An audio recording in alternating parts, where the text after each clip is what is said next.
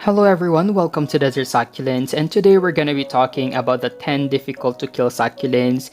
Ito yung ating mga succulents na very resilient, talagang napakatibay nila even if we're gonna be exposing them to extreme weather conditions. They will just continuously grow and survive on their own. So I would recommend na you might also consider having these kind of succulents in the future.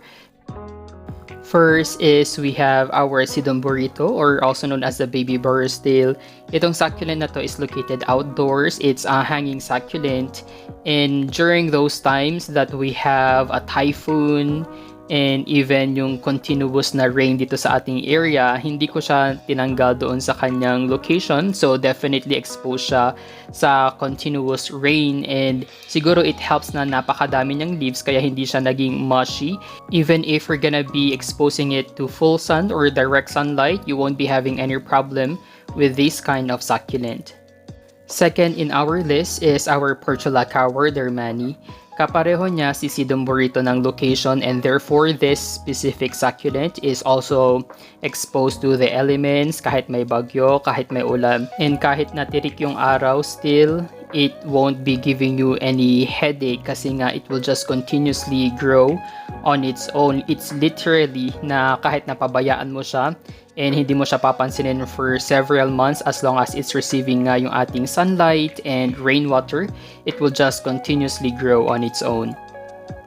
Third is we have our Anacampseros. Itong succulent naman na ito is quite sensitive pag masyadong malakas yung araw kasi mabilis siya ma-dehydrate, nagkukulubot agad yung kanyang leaves, and at the same time, if it's receiving nga yung excess na water, mabilis din siyang maging mushy. Although even if na madaming beses nang ganun ang nangyari sa kanya, still hindi niya pa din ako iniwan. Like for example, this one, recently lang na flip ko itong kanyang container, natanggal siya sa kanyang pinaka-soil, but still parang walang nangyari, and I'm considering of repotting this in the future kasi nga hindi masyadong maganda yung soil mix na ginamit ko sa kanya. But even if na very poor yung soil kung saan siya nakatanim, it's just continuously growing and producing offsets from time to time.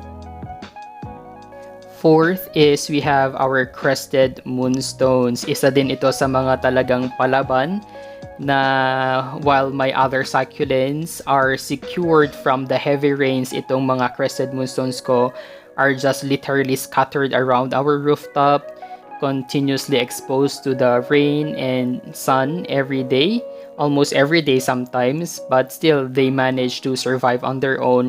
Wala akong mushy leaves na nakikita sa kanila. Kung meron man, siguro isa, tatlo, lima lang, but not entirely yung buong Crested Moonstone natin will become rotten or mabubulok. I never had any single Crested Moonstone na namatay sa ating mga collection as compared with other succulents na naulanan lang, nalusaw agad, na-expose lang sa full sun, na sunburn, and namatay agad. But for Crested Moonstones, they are really a survivor.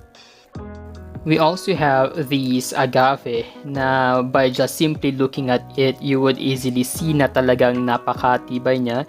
Yung kanyang leaves are very thick and hindi siya ganun basta-basta na mafo-fold or matatanggal. Talagang, kumbaga, each single leaf is nakakapit sa kanyang pinaka-stem, and whatever I do with this kind of succulent, kahit saan ko man siya ilagay, paulanan or something, talagang it's just continuously growing. I never had any problem with it. And also pala, in terms of parang mga fungus, mga fungal infections, hindi siya nagkaroon, never siyang nagkaroon ng ganun, even if na I won't be treating it with any fungicide. So I think if you wanted a very low maintenance na succulent, then these agave would be for you.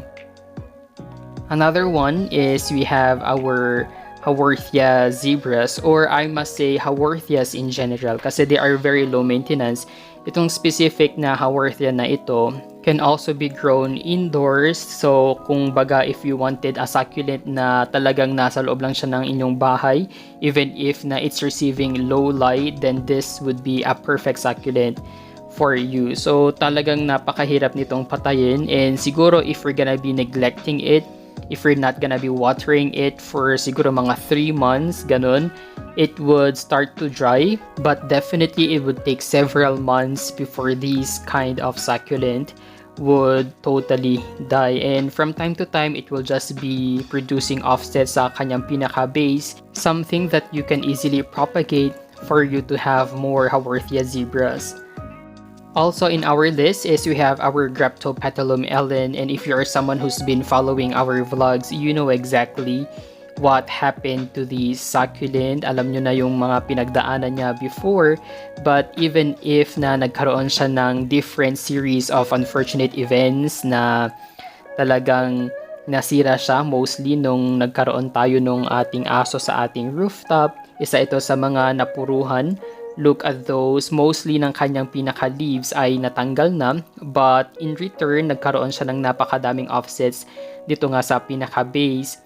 And mapapansin din ninyo na yung mga leaves na nagkalat nga dito sa ating pinaka-pot are all surviving. So, kumbaga parang 100% yung kanyang success rate if we're gonna be propagating this through our leaves. Ayan, but I didn't intentionally propagate itong mga leaves na to. Talagang kusa lang silang tumubo dyan nung nalagas nga or natanggal sila dito sa ating pinaka-stem, and I hope that it would fully recover very soon.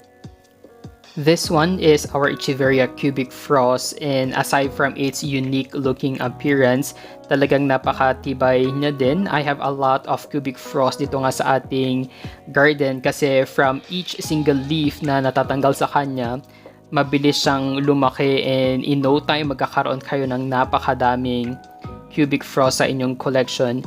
If you can remember, this one is yung pot ng ating cubic frost na talagang naging mushy lahat nung rosettes or offsets niya sa ating pinaka-base, and therefore we have removed all of them.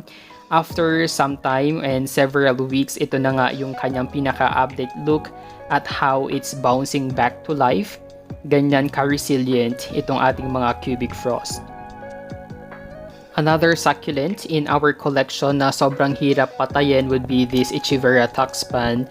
Alam nyo naman na siguro kung anong nangyari sa kanya, especially if you've been watching our vlogs for quite some time already. Ang nangyari kasi is na overwatered itong specific succulent na ito. I was about to lose hope kasi parang talagang wala ng pag-asa.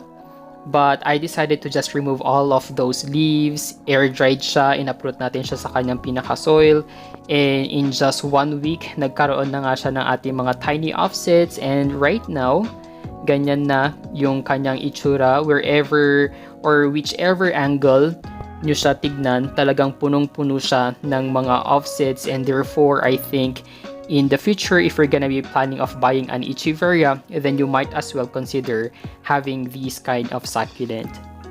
Next is we have our tiger tooth aloe. So sometimes we call this as our star aloe.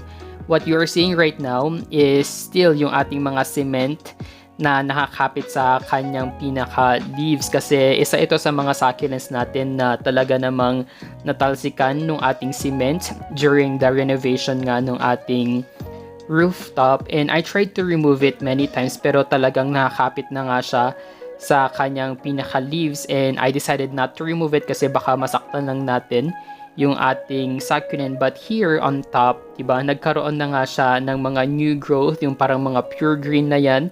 These are already the new growth. Ayan, napakaganda niyang tignan, and I think it's also one of those talaga na survivor. Kahit na anong mangyari sa kanya, it would survive.